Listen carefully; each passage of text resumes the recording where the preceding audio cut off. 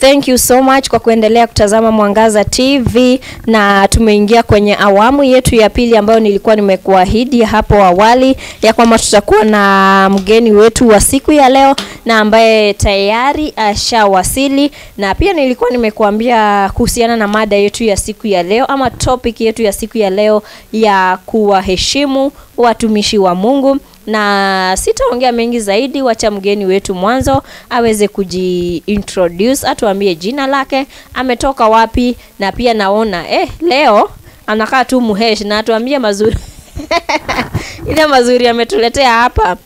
The whole team ya asubuhi leo lazima anakaa tu muheshimiwa. Kwa hivyo karibu tena sana Reverend Beth. Tuambie majina na sasa utuambie siku ya leo sasa umetuandalia nini. Asante sana Shiko kwa kunikaribisha asubuhi ya leo. Kwa majina yangu ni kama hivyo Shiko amesema, ni Reverend Beth Wangari wa Masharia.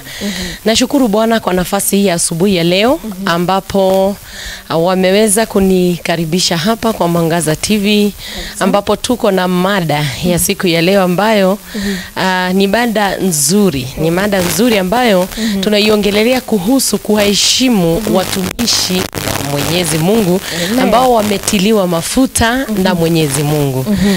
Kwa sababu ni Mungu huwa anawaita, ni Mungu huwa anawateua, na ni Mungu huwa anawatia mafuta kabisa. So karibu sana, na wale tuko kule kwenye mitandao, acha tushare pale mitandao yetu kwa Facebook na pia kwa Mwangaza TV, tutume ujumbe na pia ambia huyo mwingine mwenzako tumeanza mada ya siku ya leo. Karibuni sana. Kwa maana wewe pia ni mtumishi, ni vyema utuambie, kuna mtu haelewi mtumishi wa Mungu ni nani? Mtumishi wa Mungu anafaa kukaa aje, maadili yake yanafaa kuwa aje, na tena kuna wale ambao tunaita ushers pale kanisani, kuna wale ambao pia wanaongoza maybe choir, kuna yule ambaye pia ni mwalimu wa Sunday school, church, kuna wale ambao pia ni church committees, kuna wale ambao ni wamama wa kanisa na wazee wa kanisa, kuna chairman. Hao pia ni watumishi wa Mungu, na Reverend Beth atakuwa anatuambia kama pia hao wanastahili heshima yao. Na ya mwanzo kabisa nilisema tunaongelelea hii ni kwa sababu ya mambo ambayo yalitendeka siku ya Jumapili na yakaweza kuzua hisia, mambo mseto ama joto imeweza kuwa, mambo yameweza kuongelelewa mengi, mambo mabaya yamekuwa matusi, hata yengine hatuwezi kuyafanya hatuwezi kuyasema saa hizi ama hatuwezi hata kuyatamka. Ni kuhusiana na wa president aliweza kuja siku ya Jumapili, niweza kuambia hapo awali, na akaweza kutoa amount of money ama shilingi milioni 20, na aliweza kuahidi na akaweza kusema ataweza kuipea kanisa la Jesus Winner Ministry milioni 20 ili kuendeleza kazi ya Mungu. Na kwa hayo akaweza pia kuongezea ataweza kuenda huko nje aunganishe marafiki 1 2 3. Siku ambayo itakuwa ya mchango ataweza kuja na milioni ingine 100 million. Na hii si ya mtumishi wa Mungu kuweza kuweka kwa mfuko. Alisema ameitoa kwa ajili ya kujenga kanisa, Amega Church, ambayo kanisa hilo linawania kujenga, ambayo itaweza kuwa cost 1.2 billion.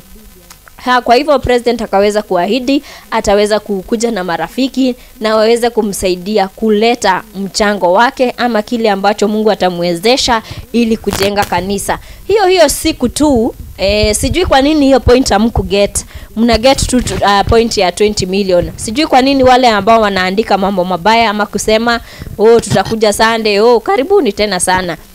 Hamkuget point ya president alisema na nitatuma minister ama cabinet secretary wa labor aje ili afungue mpango wa kusajili vijana kazi ama vijana wajisajili na kazi za nje. Hiyo hawaku get point, lakini wali get point ya president alija na akatoa 20 million. Tuko na mtumishi wa Mungu, wacha aweze kutuelezea ni wapi tulikosea ili tufike to a point hatuna breaks za kutusi watumishi wa Mungu.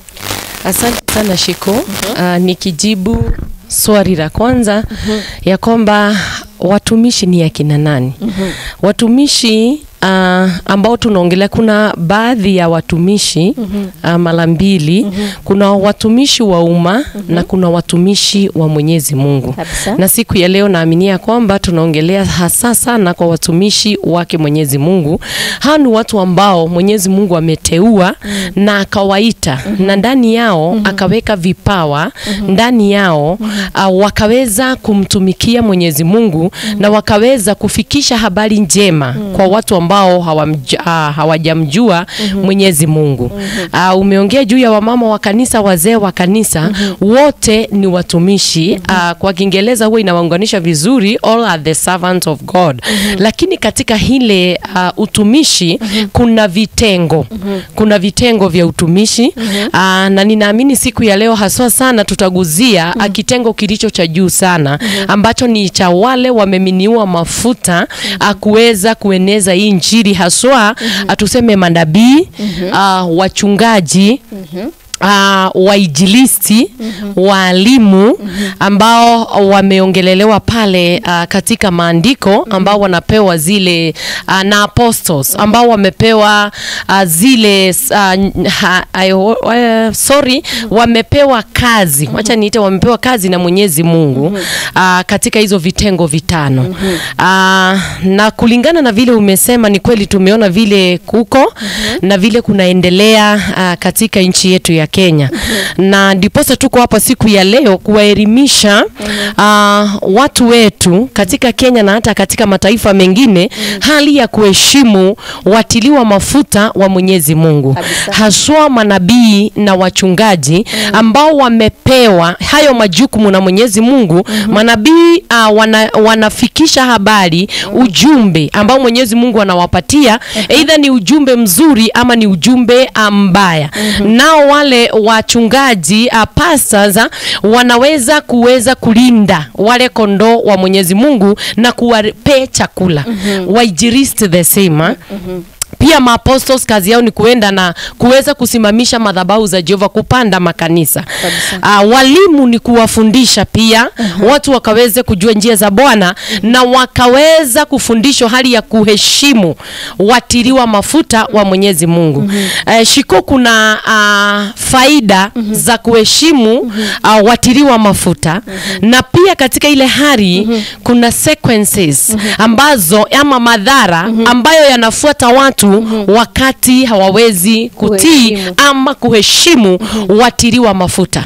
Kuna utofauti mkubwa sana wa ambao ni servant, ambao tumesema ni wa kawaida wa kitaifa, na kuna utofauti mkubwa wa servants ambao wameteuliwa na Mwenyezi Mungu, kwa sababu Mungu ndiye ambaye ameumba na yeye ndiye amekucommission uende ukafanye kazi hii. Lakini hao watumishi wengine wa umma wamecommissioniwa na mtu wa kawaida akaweze kufanya kazi hii. Kwa hivyo kuna shida kubwa sana wakati watu wamekosa kuheshimu ambao wametiliwa mafuta na Mwenyezi Mungu. Na jambo lingine, Shiko, servants of God huwa wana represent God. Na kwanza nikukatize tu kidogo.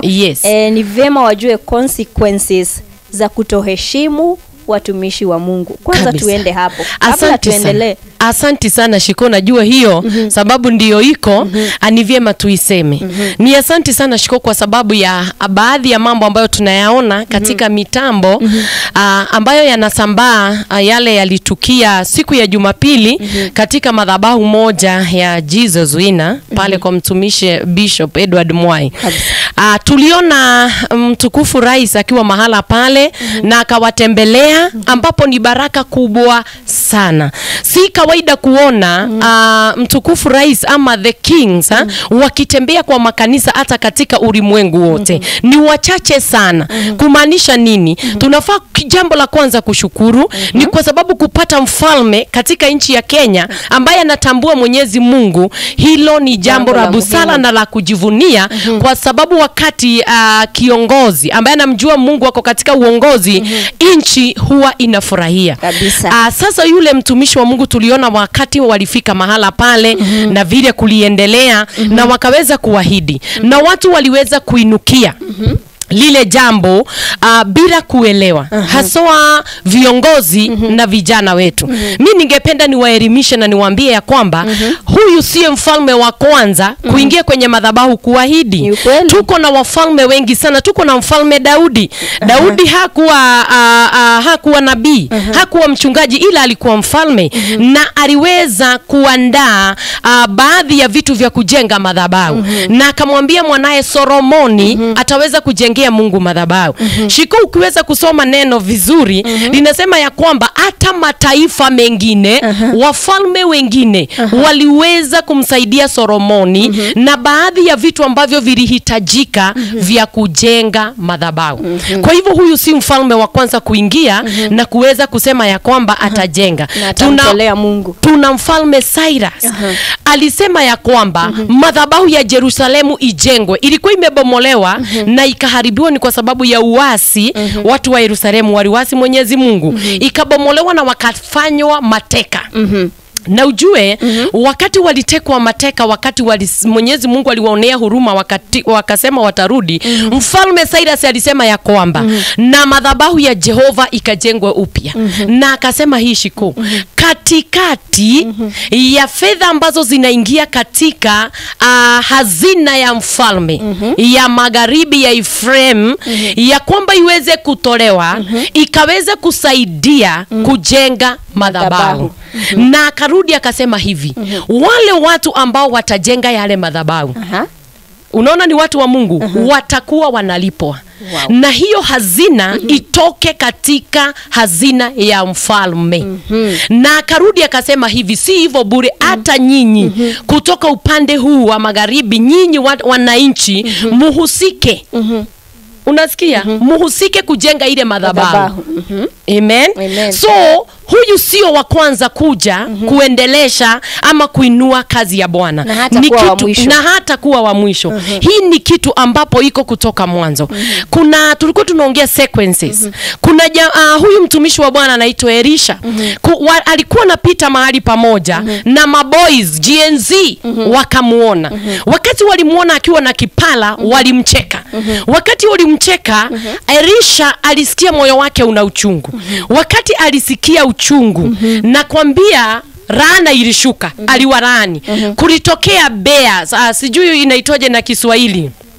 Yes, zikatoka na huko zikakuja zikamaliza wale vijana wote, vijana 42 wote wakaisha, wakaweza kukufa. Tunaona mtumishi wa Bwana huyu Elisha.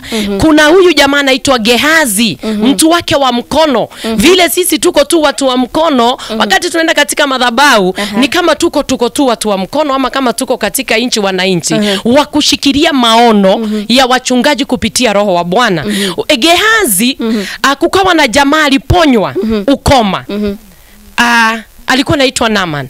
Gehazi akaonywa tusichukue chochote kutoka kwa huyu mtu wa Mungu. Unaona? Huyu mtu ambaye ameponwa. Gehazi akajificha, akaenda akachukua mali. Sababu yule jamaa alikuwa tajiri sana. Nakwambia alipata ukoma. Angalia sequences ya kutokuheshimu na kutii sauti ya manabii, ya watumishi wa Mwenyezi Mungu. Hiyo ilienda akashikwa na ule ukoma milele na milele. Shiko, watu wamejiletea laana. Sababu gani? Mtu anaitwa nabii ama mtu anaitwa mtumishi wa Mungu anashikilia nafasi ya Mwenyezi Mungu ulimwenguni. Wakati umemnyoshea kidore, Biblia inasema ya kwamba ukinyoshea mchungaji ama mtumishi kidore, unaguza mbone la Mwenyezi Mungu. Kwa hivyo wanapanga, hivyo wanainukia watumishi, wajue sasa hivi dore vyao vimeelekea katika bone la macho ya Mwenyezi Mungu. Na ninakuambia kile ambacho wanahitaji watakipokea. Na huwa inamalizia kifo. Hakunaga jambo lingine. Huwa inamalizia kifo. Angalia hawa watu wanaitwa Anania na Safira. Hao wenyewe wanajipeleka kwa mtumishi wa Bwana. Wanamwambia kwamba tutakata shamba letu na tuuze, tulete hizo fedha zote hapa. Si mtumishi aliwaitisha, wao walijitolea kutotu kutii. Sababu walienda wakauza, wakaona fedha ni nyingi, walizigawa wakaziweka kando, wakaficha. Wakati walienda kupelekea mtumishi wa Bwana ndio hizi pesa, yule Anania alianguka chini. Mke wake alikuwa nyuma, hakuwa amefika, alimwambia tangulia udanganya nami niingie. Akakuja akaulizwa, nauliza hizi ndizo fedha ambazo mumeuza? Akasema ndio. Na yeye akafuatwa, akaanguka chini, hata hakujua mumeo ameshakufa. So hata pengine ajui walikufanga wote wawili. Hata naye Anania ajui mke wake kama alikufanga, sababu naye alitangulia kufa mbele yake. Sababu gani? Ya kucheza na mafuta, ya kucheza na watumishi wa Mungu. Watu wa Kenya, GNZ, msikubali kumalizwa vile hawa vijana walimalizwa. Kucheka, imagine hawakumtusi, kumchekelea. Wacha nyinyi mnarusha matusi kwa mitandao. Wacha nyinyi mnatishia watumishi wa Mungu. Wale vijana hawakutusi, kucheka peke yake. Kwa hivyo ningewasihi na niwaombe Shiko, kama watu wa Kenya hawataki kupatana na madhara na mambo magumu, waachane na mambo ya watumishi wa Bwana. Tazama Daudi. Daudi alifanya sarakazi nyingi sana, na Mungu alikuwa anasema huyo ndiyo yule mtu ambaye ninapenda zaidi.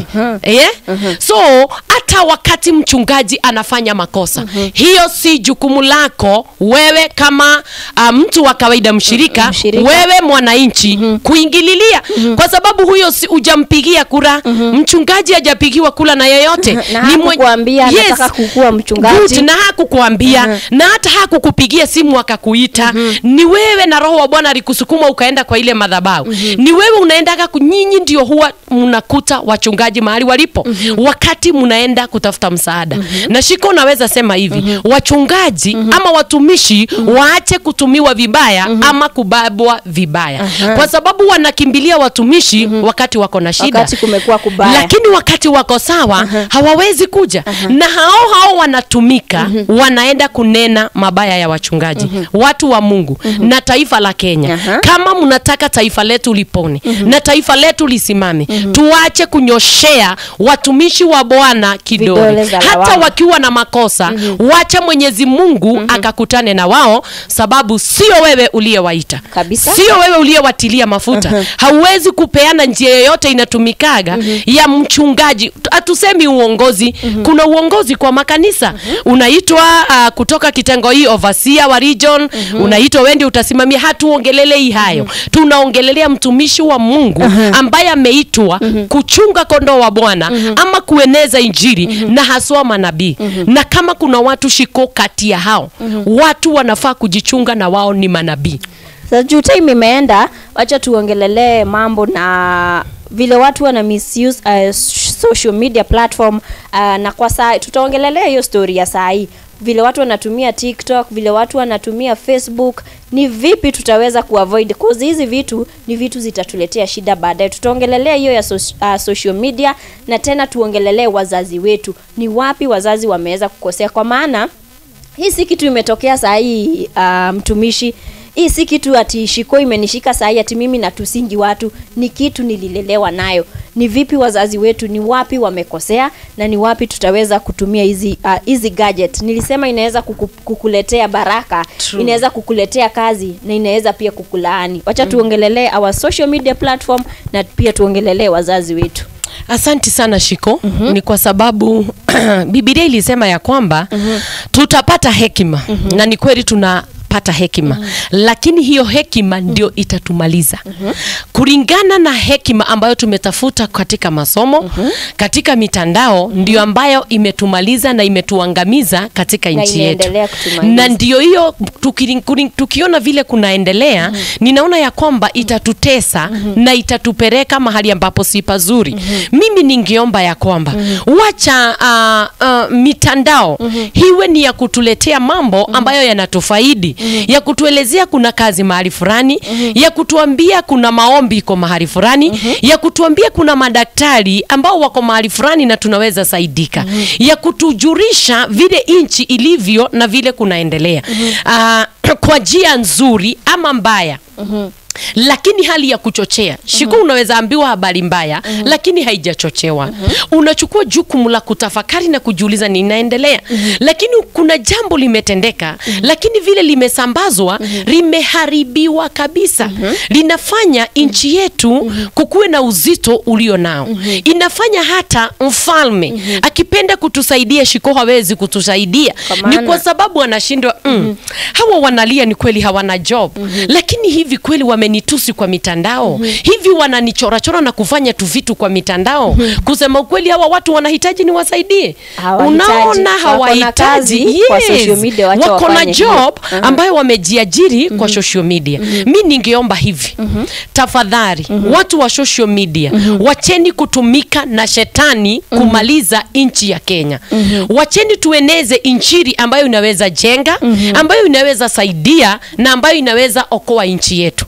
Na kuna kitu moja, Shiko, kile kitu unapanda utakuja kuvuna kabisa. Sababu gani? Haujui saa hii wewe ukiwa GNZ ama vile ulivyo ukiwa mzazi, mtoto wako atakuja kuwa nani? Anaweza kuja akuwe minister, akuwe president, ama akuwe mchungaji kama huyo ambaye tunainua mawe tunamrushia. Haujui atakuwa nani. So kile ulipanda yako utavuna mara 100. Biblia inasema utavuna mara 100. Kwa hivyo ukipanda kizuri kwa social media utavuna. Ukipanda kibaya utavuna. Ningewaomba, Shiko, watu waachane na kusambaza mambo ambayo haujayachunguza. Chunguza sana mambo ambayo ambayo unayasambaza kabla haujayasambaza. Usichukue tu utume. Usichukue tu ukaanza kuongea. Niliona wengine hata wameshaingia kwa mitandao ndani hadi wanajua direction na pin location za madhabahu ambapo president alitembea on Sunday. I wish angeingia kwa mitandao kwenda kutafuta ni wapi kazi zinaweza patikana. Ni wapi watu wanaweza kimbia wakatibiwe kanza. Ni hospitali gani nzuri naanze kurushia watu. Lakini anachukua ile nafasi kurushia vijana wenzake, akawaambia tunataka tutembelee Sunday tufanye hii. Na wahakikishia kwamba kile wanapanda wataweza kuvuna. Watu achaneni na mitandao ya kuharibu. Tumieni mitandao kwa njia ambayo inafaa. Sababu hekima yetu ndio ambayo itatumaliza. Na utalia peke yako.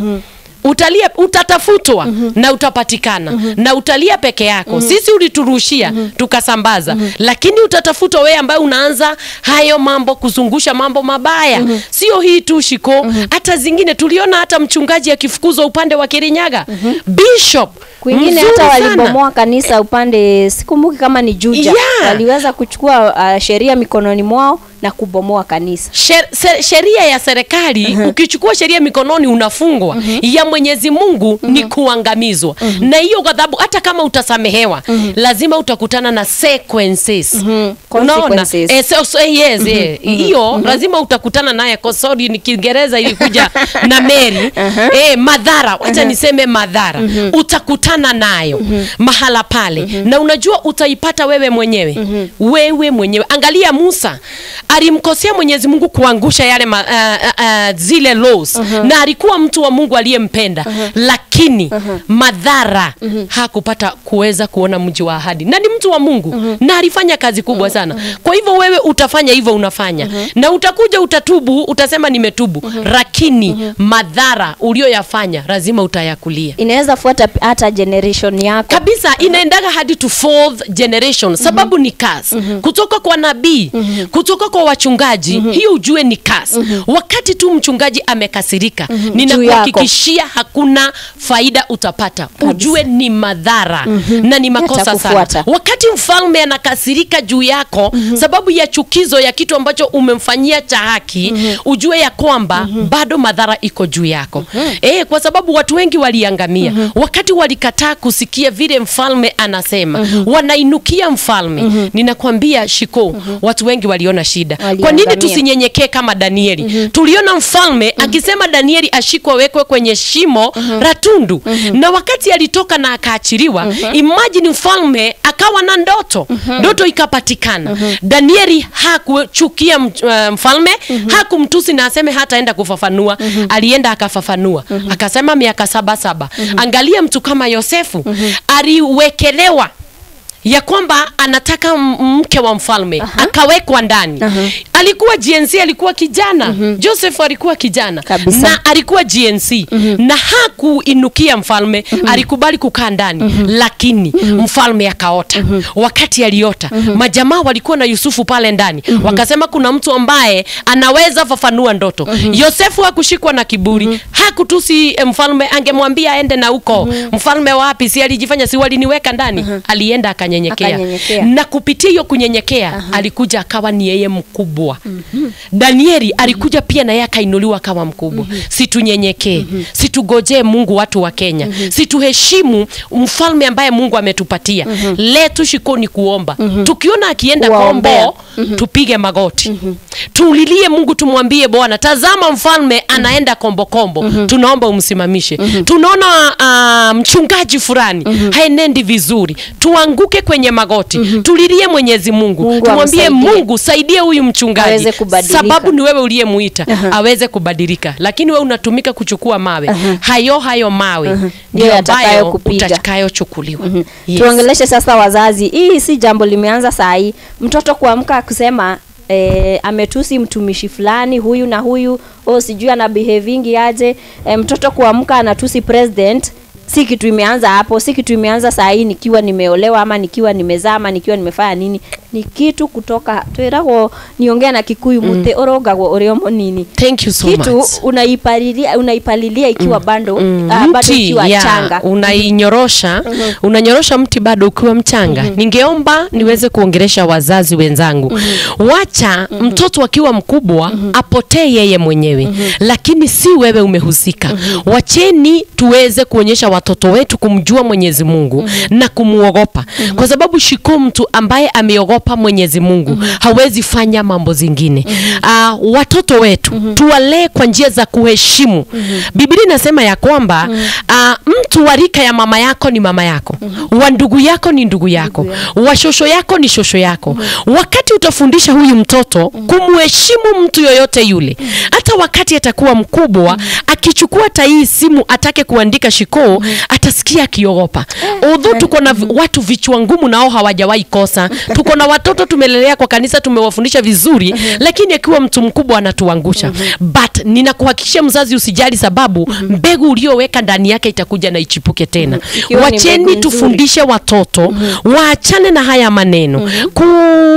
Kutokuheshimu wakubwa wao, kutokuheshimu wenzao. Wacha umkashifu.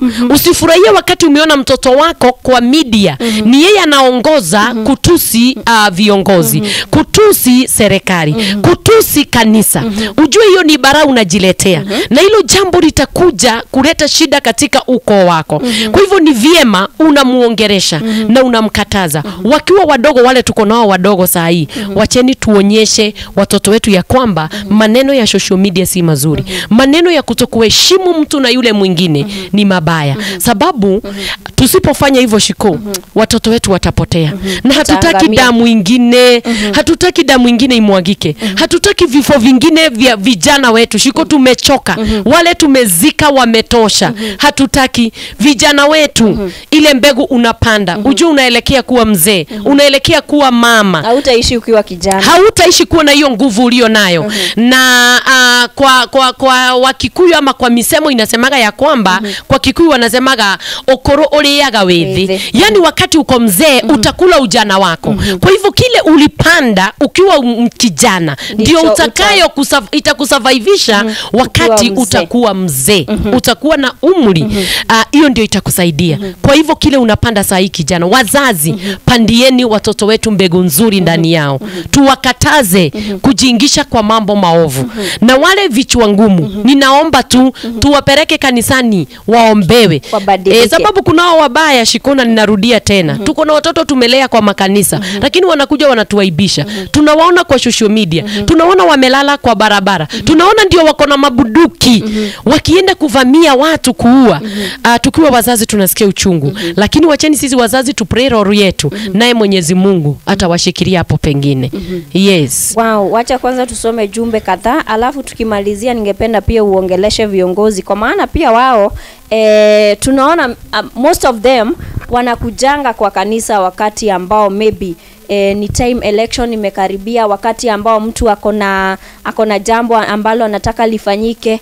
Wacha tukue tunawaona hawa viongozi kila siku kwa kanisa, ndio tuweze kuchange mentality ya watu eti huyu kiongozi amekuja kwa maana elections imekaribia, huyu kiongozi amekuja kwa maana kwake kuko hivi na hivi. Lakini wakati ambapo tutakuwa tunaona kiongozi hii Sunday yako kanisa, next Sunday yako kanisa, hiyo siku nyingine ambayo tumeenda kutembelea watoto kwenye children's home ako, huo wakati mwingine ambao tunaenda kuaddress wale ambao wako jela ako, tuache kuwaona wakati ambao wako na jambo ambalo wanataka watendewe na watumishi wa Mungu. Tukiingia kwenye upande wetu wa Facebook, na muona Joseph Ndongo anasema people should be honored. Condemn. Thank you so much, nimeiona. Jerusha Kathure anasema following the show, na Jemo wa Kihome Uthaya anasema Kihome Uthaya tuko pamoja tena sana. JWM ukweli kabisa, watumishi wa Mungu waweze kuheshimiwa. Kuna mwingine aya, nawaona hata zote nitaweza kusoma tu, hiyo mbaya nzuri. Mose wapi anasema following from Nairobi, thank you so much. Huyu ni Jacinta Rose, asante tena sana. Jane Muthoni anasema kutoka Koma niko ndani. Jacqueline Muthoni anasema pia watumishi waheshimiwe. Phyllis Mbogo anasema men of God should be honored.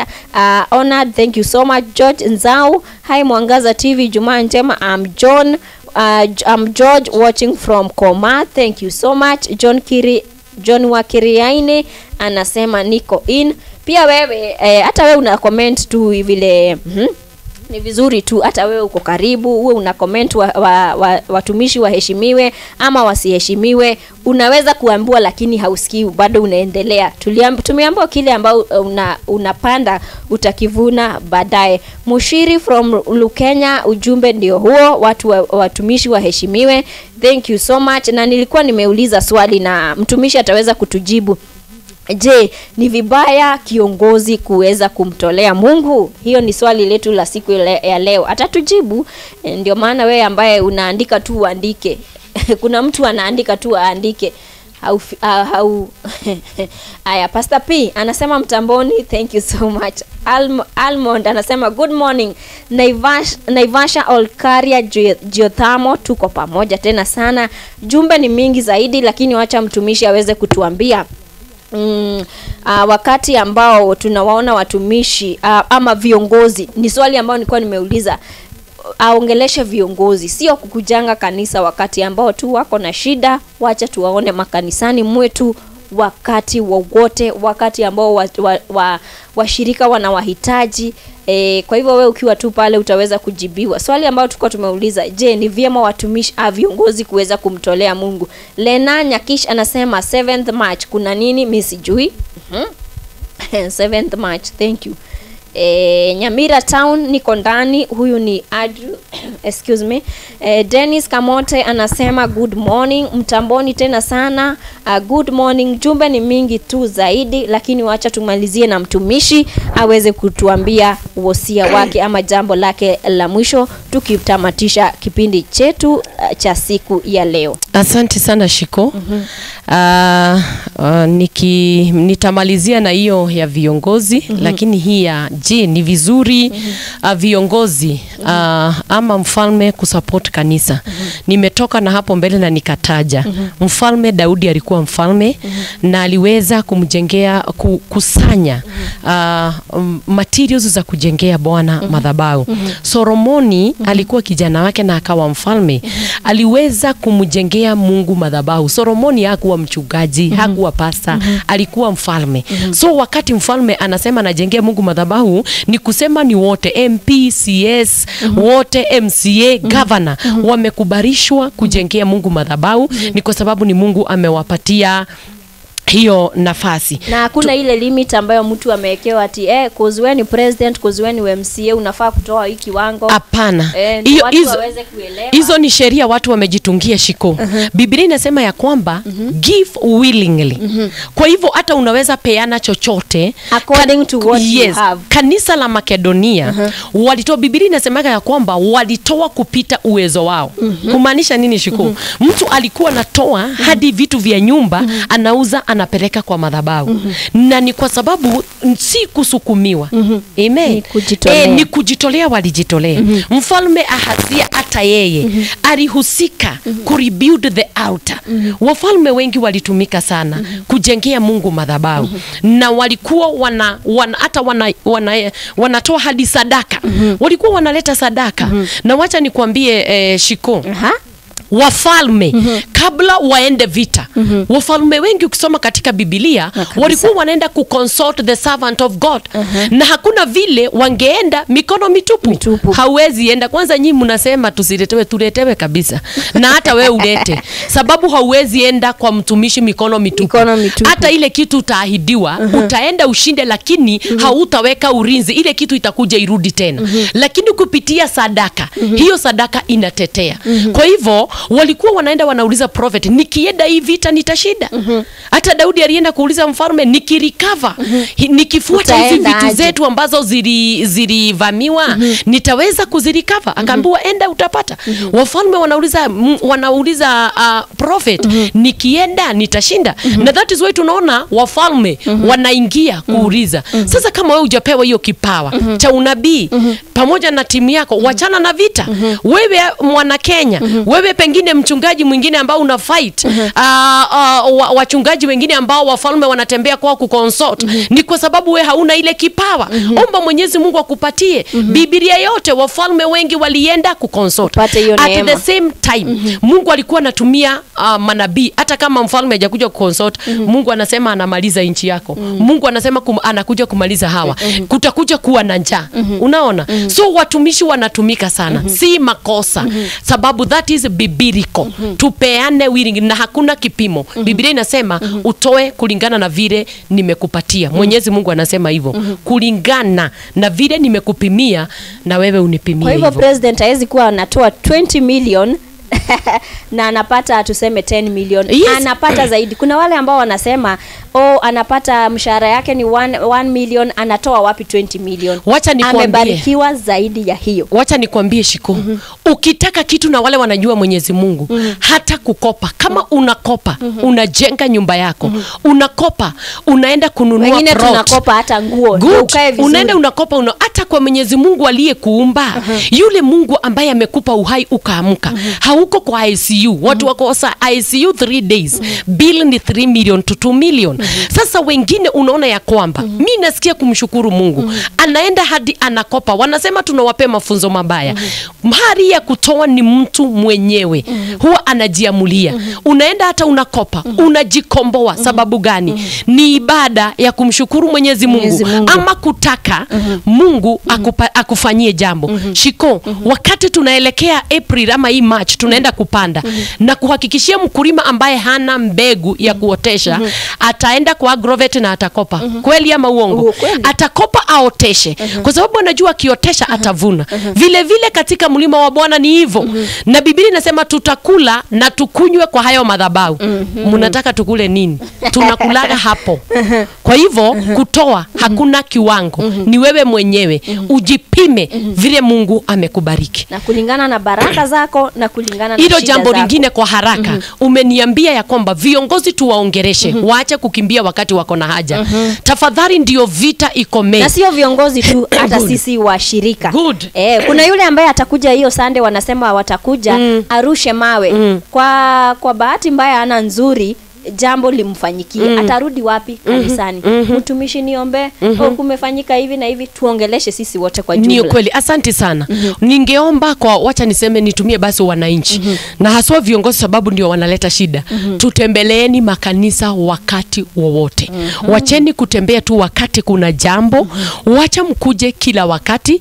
Wacha tuone Sunday hii uko kanisa hii, Sunday ile uko na kanisa uko kanisa ile lingine. Na jambo lingine pia, wacha viongozi wakuwe na makanisa kanisa. Wacha tujuage kanisa lako ni gani. Ndiposa furugu isimame, ndio hata wakati umetembea huku mchungaji wako atasema ya kwamba minister aliniambia kwamba siku ya leo atasoma dhehebu fulani.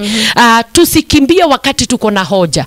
Wananchi usikimbie kanisani wakati uko na hoja peke yake. Wacha ukuje kanisani kila wakati, ni kwa sababu ni neno la Mwenyezi Mungu. Kimbia kama we ni Muislamu, enda kwenye msikiti kila wakati. Usikimbie kwenye msikiti wakati tu unataka uombewe jambo fulani. Mkizoea kuingia kwa madhabahu, hizi furugu zitaondoka, sababu tutajua nyinyi ni watu wa madhabahu. Hakuna mtu atapigana, hakuna mtu atainuka. Zoeni kufanya haya mambo kila wakati. Supportini kazi ya Mungu kila wakati bila kuangalia majira. Ndiposa hii furugu iweze kuisha, ama maneno ambayo watu wanadhania ati ya kwamba mnakuja ndio mtuletee pesa. Sisi Mwenyezi Mungu ama watumishi, Mwenyezi Mungu kukula na kunywa kwao ni yeye. Tazama mtumishi wa Bwana Elijah alikuwa kule nyikani jangwani. Mungu alikuwa anasababisha wale wanyama, anaenda mahali nyama zinachomwa, anabeba bila kukula na anamletea mahali alipo. Kwa hivyo Mwenyezi Mungu anaweza kuturisha hata bila hizo pesa zingine ama kupata misaada kwingine, lakini misaada imekubaliwa kwa madhabahu. Leteni kabisa ndio mkombolewe. Asante tena sana. Wacha nimalizie show yetu ya siku ya leo ambayo inatoka katika kitabu Bible verse katika kitabu cha Proverbs chapter 4 verse 23. Above all else, guard your heart, for everything you do in your flows. Keep your mouth free from free, and keep corrupt talk far from your lips. Ni vizuri uweke mdomo wako mbali na mambo mabaya ambayo huwa unayazungumza, ama mambo mabaya ambayo unawania kuyazungumza. Ingine ni kutoka Psalms 105 verse 15. Do not touch my anointed ones. Do my prophets no harm. He called them do not touch my anointed ones and do my prophets no harm. Hiyo ni Psalms 105 chapter 15. Thank you so much mtazamaji kwa kuendelea kutazama kipindi cha Mwangaza TV. Imekuwa ni topic nzuri. Wacha tupatane siku nyingine, siku ya Friday, na mtumishi wacha la mwisho waweze kutuma salamu kule upande wa Joska, kwa maana nimeona wengi ambao wameweza kututazama kutoka upande huo, pamoja na mtumishi ambaye nimeona kutoka Jesus Winner Ministry anasema guitar watching from Joska. Asante tena sana. Na John Mushiri anasema Reverend Beth, sema yote wasiseme hawakusikia, ni Masharia, niko upande wa Joska. Thank you so much. Ningependa kuwasalimu watazamaji na wasikilizaji wetu. Bwana wabariki na watende mema. My hubby Pastor John Masharia and my family and my senior reverend Peter Getao. Bwana akubariki sana, amekuwa my mentor. Mungu ambariki sana na mtende mema. Na marafiki zangu last time waliniambia hata sisi classmate na vile tumetuma my classmate wote, my colleagues, my friend wote, Bwana wabariki. JWM Koma, Bwana wabariki. Joscas Pastors Fellowship, Bwana wabariki sana, na timu yote ambayo inatusupport na kutusikiza.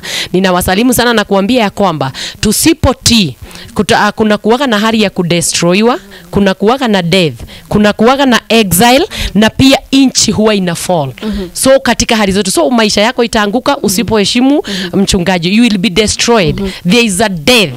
Wakati hatuheshimu wachungaji na wafalme. Mchungaji na mfalme ni vile, mfalme ni wa kidunia na mchungaji ni hali ya Mwenyezi Mungu. Lakini katika ile category tunasema ya job group, wanakuwa at the same level. So tuheshimu viongozi, tuheshimu rais, tuheshimu watumishi, na tutabarikiwa na nchi yetu itapona. Badala hizo kelele zote mnapiga kwa mitandao, anzeni kututumia maombi. Tutumieni memory verse zenye zitatutia moyo na Mungu atatubariki. Thank you sana Shiko. Asante. Na Maureen sababu ya kunikaribisha. Asante tena sana. Ninakushukuru kwa kuweza kututembelea siku ya leo, ikiwa imetimia saa 3:03. Wacha tuweze kubarikiwa. Na kama hivyo mtumishi ameweza kusema, ni vyema hata tukiendelea kujipanga vile ambavyo mnaendelea kujipanga kuhusiana na Jumapili ijayo, tuje na sadaka na tuweze kuwaheshimu watumishi wa Mwenyezi Mungu. Mbarikiwe.